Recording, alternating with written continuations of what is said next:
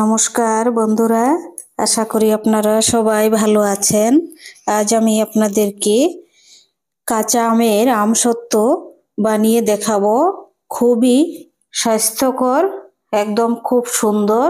কারণ স্বাস্থ্যকর বলছি, এটির মধ্যে কিচ্ছু আমি অ্যাড করব না আর্টিফিশিয়াল, শুধু কাঁচা আম দিয়েই আমসত্ত্ব বানাবো, কোনো কালার উলার কিচ্ছু দেব না। তো স্বাস্থ্যকর আমসত্ত্ব কিভাবে বানাই চলুন দেখে নেবেন। প্রথমে আমগুলি ভালো করে ধুয়ে নিয়ে খোসা ছাড়িয়ে নিচ্ছি।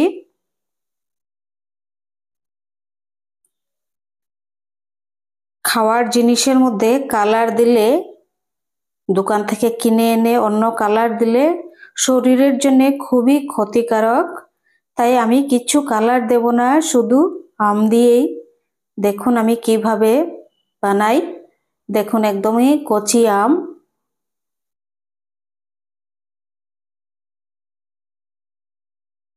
এরকম ভাবে আমি কেটে নিচ্ছি।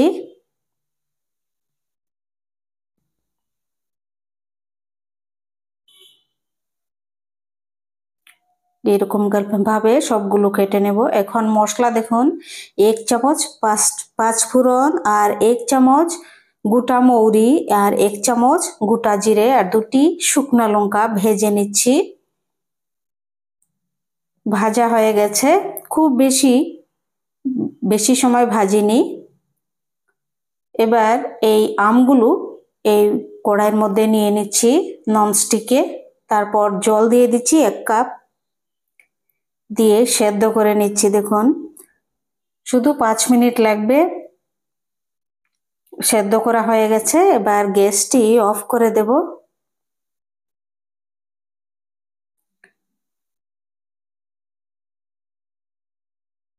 দেখুন এটি সেদ্ধ হওয়ার পর আমি একটি হাতা দিয়ে, চামচ দিয়ে এরকম করে বানিয়ে নিয়েছি পেস্ট।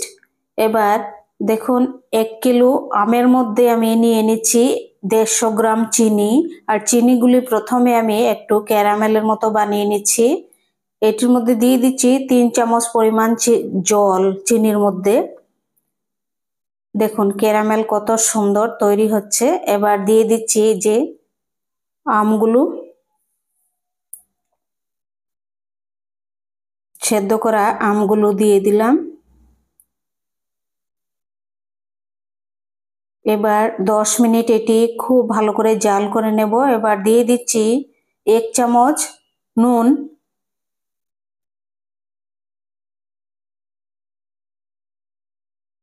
আরো 10 মিনিট জাল করে নিচ্ছি ভালোভাবে। দেখুন কত সুন্দর কালার হয়েছে। এবার দিয়ে দিচ্ছি আমি এই যে গোটা মশলা ভেজে রাখা, পাউডার করে, অল্প বেশি মানে খুব মিহি করিনি পাউডারটি।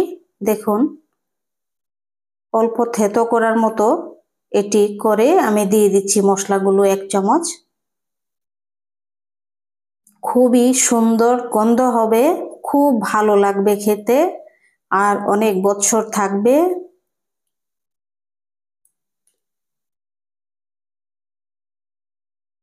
এবার দিয়ে দিচ্ছি বিট নুন 1/2 চামচ।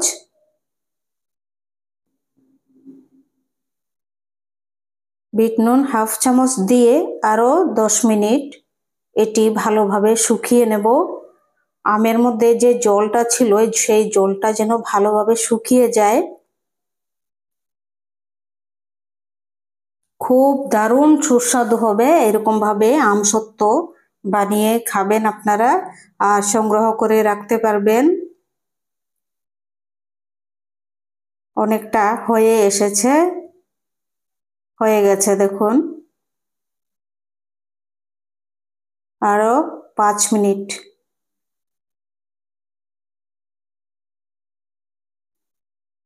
হয়ে গেছে। এবার এই থালার মধ্যে আমি অল্প একটু সাদা তেল লাগিয়ে নিচ্ছি। তারপর এই যে আমসত্ত্বটা এই থালার মধ্যে ভালোভাবে মিলিয়ে রেখে দেব, একদিন শুধু রোদে দেব।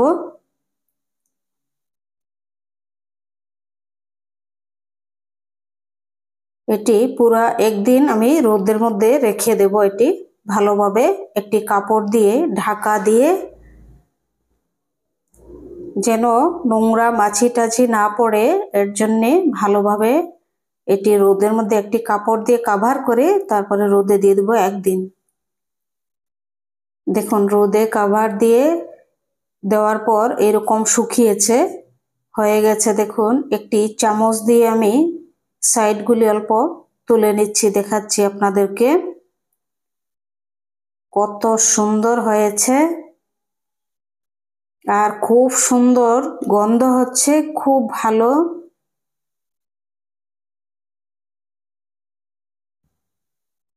দেখুন এরকম ভাবে তুলে নিচ্ছি। আর এরকম বীজগুলি দেখতে পাচ্ছেন, সেটি হচ্ছে শুকনা লঙ্কার। এই যে দেখুন আমি হাতে নিয়েছি, কত সুন্দর হয়েছে দেখুন। আর খুবই পাতলা হয়েছে, যত পাতলা হয় তত সুন্দর হয়। এবার পিস করে নিচ্ছি, দেখবেন।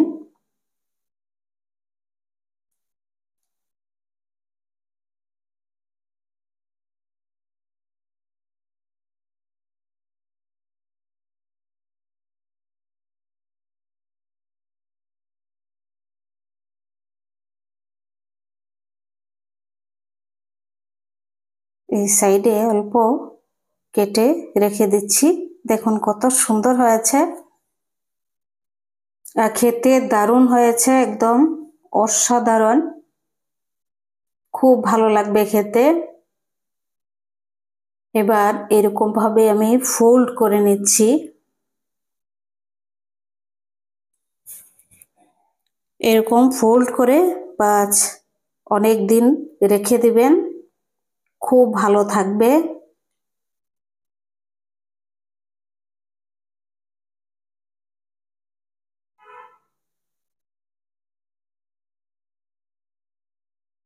আরো বাকিগুলো এরকম ভাবে ফোল্ড করে নিচ্ছি।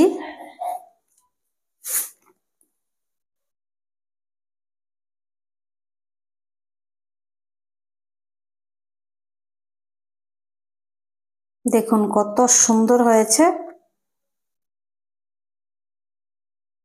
একদম স্বাস্থ্যকর আমসত্ত্ব, এটির মধ্যে কোনো ঝামেলা নেই। আপনাদের যদি রেসিপিগুলো ভালো লাগে, সাবস্ক্রাইব করবেন, লাইক করবেন, শেয়ার করবেন, কমেন্ট করে জানাবেন কেমন হয়েছে আমসত্ত্ব।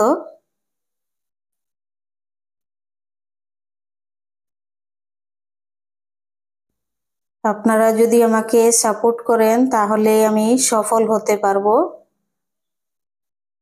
আর এরকম ভাবে আরো ভালো ভালো রেসিপি পাওয়ার জন্যে আমার সাথে আপনারা জুড়ে থাকবেন। লাইক করবেন, শেয়ার করবেন, কমেন্ট করে জানাবেন কেমন হয়েছে আমসত্ত্বগুলো। আর ঠিক আমি যেরকম ভাবে বানিয়েছি এরকম ভাবে বানাবেন, খুব সহজেই হয়ে যাবে আমসত্ত্ব তৈরি। সবাই ভালো থাকবেন, সুস্থ থাকবেন।